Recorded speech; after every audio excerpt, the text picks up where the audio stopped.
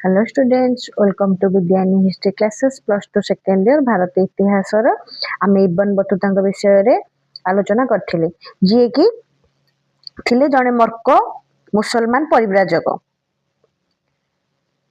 से भारत को भ्रमण करिकी भारत विषय रे सविशेष आलोचना करिसेंती तांकर पुस्तक रिहाला रे। 24 फेब्रुआरी 1304 रे इबन बतुता मर्कोर एक मुसलमान काजी परिवार रे जन्म ग्रहण करिथिले, जोटा कि मैं आगुरु कहि सारिछि। एबे आउ टिके आलोचना हमें करिदबा। तांको शिक्षार परिसमाप्ति पर से काजी वृत्ति अवलंबन न करी देश भ्रमण रे बाहरी पड़थिले। से सीरिया, मर्को, आरब, कन्स्टान्टिनोपल, पेरिस, समरकंद, चीन, बल्ख, श्रीलंका, मालय, जाभा, बर्नियो आदि स्थान परिभ्रमण करी से प्रत्यावर्तन करथिले निज देश को। निज भ्रमण वृत्तांत को से कोठरे लिखिथिले ना रिहाला रे लिखिथिले एवं से निज स्थान रे 1369 जोटा कि कंट्रोवर्सी मध्य रही 1369 एवं 1377 मध्य ठीक रे मध्य आज पर्यंत कही कहि पार नाहंती। तेणु 1369 एवं 1377 प्राण त्याग करैथिले। इबन बतुता कहा समय रे आसीथिले भारत को ना इबन बतुता मोहम्मद तुगलक दरबार रे से उपस्थापित होइथिले एवं तांकर ज्ञान रे से मुग्ध होइकी तांको काजी रूप रे नियुक्ति करथिले। से सही पदवी रे दीर्घ 8 वर्ष रहिथिले और समय क्रमे से मुसलमान मोहम्मद तुगलक क्रोधर मध्य शिकार होइथिले, कारण से जन स्कॉलर थिले, लेखक थिले। तांको लेखारे बोधे से एपट सेपट करी कोन निश्चित लिखि देइथिबे, जोथि पय से रागी जाइथिले। आउ मोहम्मद तुगलक को आउ कोन कहा जायथिला, आडबाय सुल्तान मध्य कहा जाउथिला।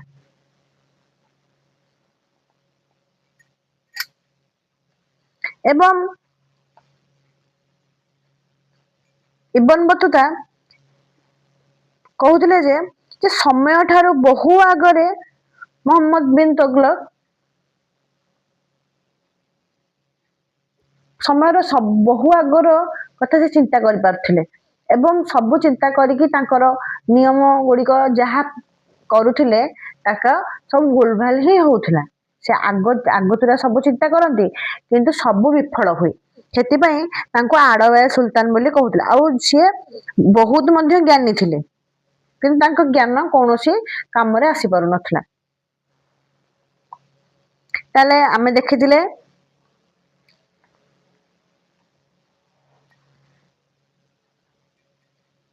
इबन बतुता तांको रिहाला रे दिल्ली विषय रे रचना करथिले। दिल्ली रो विशाल मस्जिद विषय रे, दिल्ली रो बिहार गुड़िक विषय रे और बृहत सरोवर विषय रे मध्य से लिखिछन्ती। एवं चला हमें देखिबा आउ किछि ऊपर आलोचना हमें करबा। सुल्तानक प्रसाद।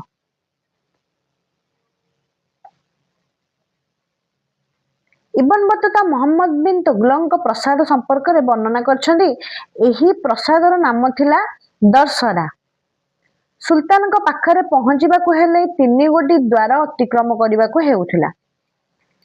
ताले प्रसादर नाम कोन थिला ना दरसरा। से 3टी द्वार देके अतिक्रम करिबाकू होउथिला सुल्तान को देखिबाकू जदि पड़ता। प्रथम द्वार रे जगुआली, तुरीवादक, बंशीवादक आदि वाद्यकार माने रहुथिले। जणे सेठारे पहुंचिला मात्रे से माने वाद्य देई तांको स्वागत करिबा सहित उच्च स्वर रे तार उपस्थिति जणाउथिले। अमुके आछन्ती, अमुके समुके जमुके जे आछन्ती बेलिका से माने कहउथिले। द्वितीय द्वार रे मध्य सेही एक प्रकार रो व्यवस्था थिला। प्रथम द्वार एवं द्वितीय द्वार मध्य रे लोकमानकर अपेक्षा करिबा पई स्थान रहिथिला। द्वार निकट रे कर्तव्य संपादन करुथुवा कर्मचारी माने मध्य सेठारे पड़िथिबा चेयर एवं बेंच रे बसुथिले। तृतीय द्वार पाखरे नाविक ନାକିବ ଉପସ୍ଥାପିତ ଖାତା ସହିତ ରହୁଥିଲା, ଯାହାକୁ ଭିତରକୁ ଯିବାକୁ ଅନୁମତି ମିଳୁଥିଲା ସେ ଖାତାରେ ଦସ୍ତଖତ କରି ଯିବାକୁ ହଉଥିଲା। ଆମେ ଏବେ କୌଣସି ଅଫିସକୁ ହଉ କୌଣସି ଇନଷ୍ଟିଚ୍ୟୁଟକୁ ହଉ ଆମେ ଗଲାବେଳେ ସେଠି ଜାଣିଛେ ଆମେ ଯେ ଯଦି ତାର ଏଣ୍ଟ୍ରାନ୍ସରେ ଯିବାକୁ ପଡିବ ଆମକୁ ଦସ୍ତଖତ କରିକି ଯିବାକୁ ପଡିବ।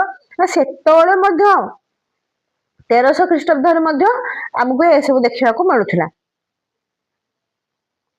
ତାହେଲେ ଦସ୍ତଖତ ଖାତାରେ ଉପସ୍ଥାପନ ଦେଇକି ଯିବାକୁ ପଡୁଥିଲା ତାଙ୍କ ପାଖକୁ, ଯାହାକୁ ଭିତରକୁ ଯିବାକୁ ଅନୁମତି ମିଳୁଥିଲା ସେ ଖାତାରେ ଦସ୍ତଖତ କରି ଭିତରକୁ ଯାଉଥିଲେ ଏବଂ ବିଭିନ୍ନ ସରକାରୀ ଦପ୍ତରରେ ମଧ୍ୟ ଆଜି ଏହି ବ୍ୟବସ୍ଥା ଦେଖିବାକୁ ମିଳେ, ଯାହା ଇବନ ବତୁତା ସେ ସମୟରେ ଉଲ୍ଲେଖ କରିଥିଲେ।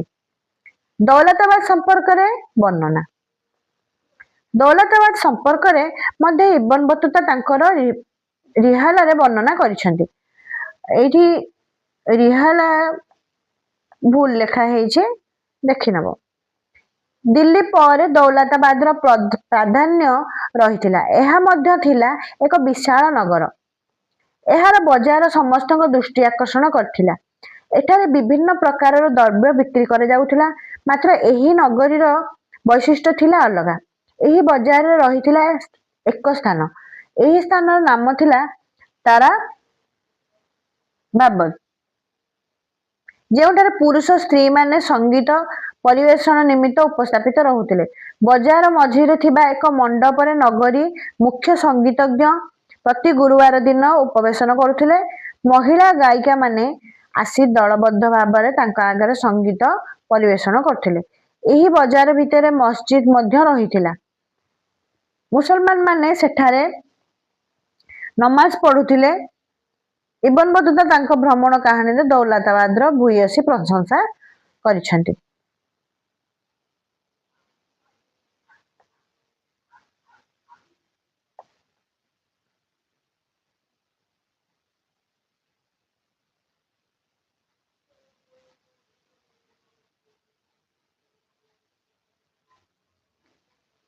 ଦେଖିବା ଯାତାୟାତ ମାର୍ଗ ଏବଂ ବାଣିଜ୍ୟ ପଥ କଣ ଥିଲା। ଇବନ ବତୁତା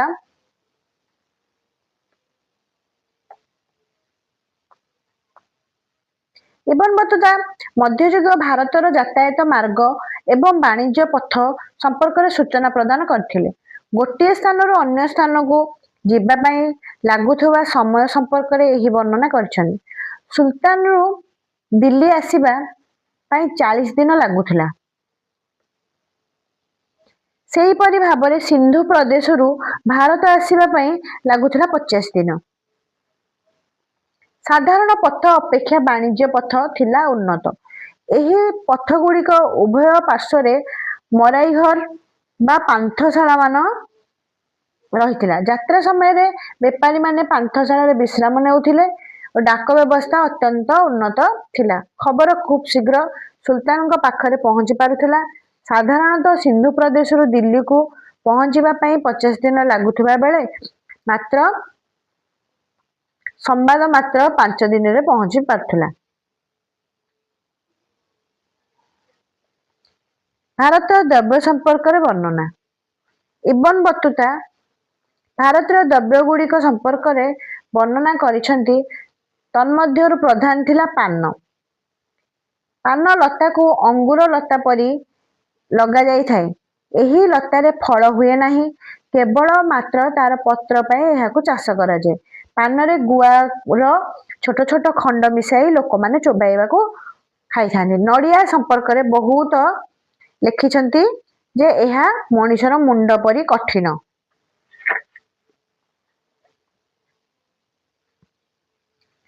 ଏବଂ ଏହାର ନାସି ମଣିଷର 2 ଆଖି ପରି। ନଡିଆର ଫଳ ଭିତରେ ରହିଥିବା ଅଂଶ ମଣିଷର ମସ୍ତିଷ୍କ ପରି। ଏହାର କତା ମଣିଷର ବାଳ ସଦୃଶ। ଏହିପରି ଭାବରେ ତାଙ୍କର ବର୍ଣ୍ଣନା ବେଶ ମନୋମୁଗ୍ଧକର ରହିଥିଲା। ଯେତେବେଳେ ଦେଖିବାକୁ ଗଲେ ଇବନ ବତୁତା ଥିଲେ ଜଣେ ଉଚ୍ଚ କୋଟିର ପରିବ୍ରାଜକ। ମଧ୍ୟଯୁଗୀୟ ଭାରତର ରାଜନୈତିକ ସାମାଜିକ ତଥା ଅର୍ଥନୈତିକ ବ୍ୟବସ୍ଥା ଉପରେ ତାଙ୍କର ରଚିତ ପୁସ୍ତକ ରିहाला ମାଧ୍ୟମରେ ସେ ବିଶେଷ ରୂପରେ ବର୍ଣ୍ଣନା କରିଛନ୍ତି। ତତ୍କାଳୀନ ଦିଲ୍ଲୀର ସୁଲତାନ ମହମ୍ମଦ ତୁଗଲକଙ୍କ ବିଷୟରେ ତାଙ୍କର ବର୍ଣ୍ଣନା ମଧ୍ୟ ବହୁ ତଥ୍ୟ ଜାଣିବାକୁ ଆମେ ମିଳୁଛି। ତାହେଲେ ଆମେ ଆଉ ଏକ ସ୍କଲାରଙ୍କ ବିଷୟରେ ପଢିବା, କିନ୍ତୁ ଅଲଗା ପାର୍ଟରେ ପଢିବା। ଆଜି ପାଇଁ ଏତିକି। ଯଦି ଭିଡିଓଟି ଭଲ ଲାଗିଛି ତାହେଲେ ଲାଇକ୍, ସେୟାର ଆଉ ସବସ୍କ୍ରାଇବ କରିଦବ। ବାଏ।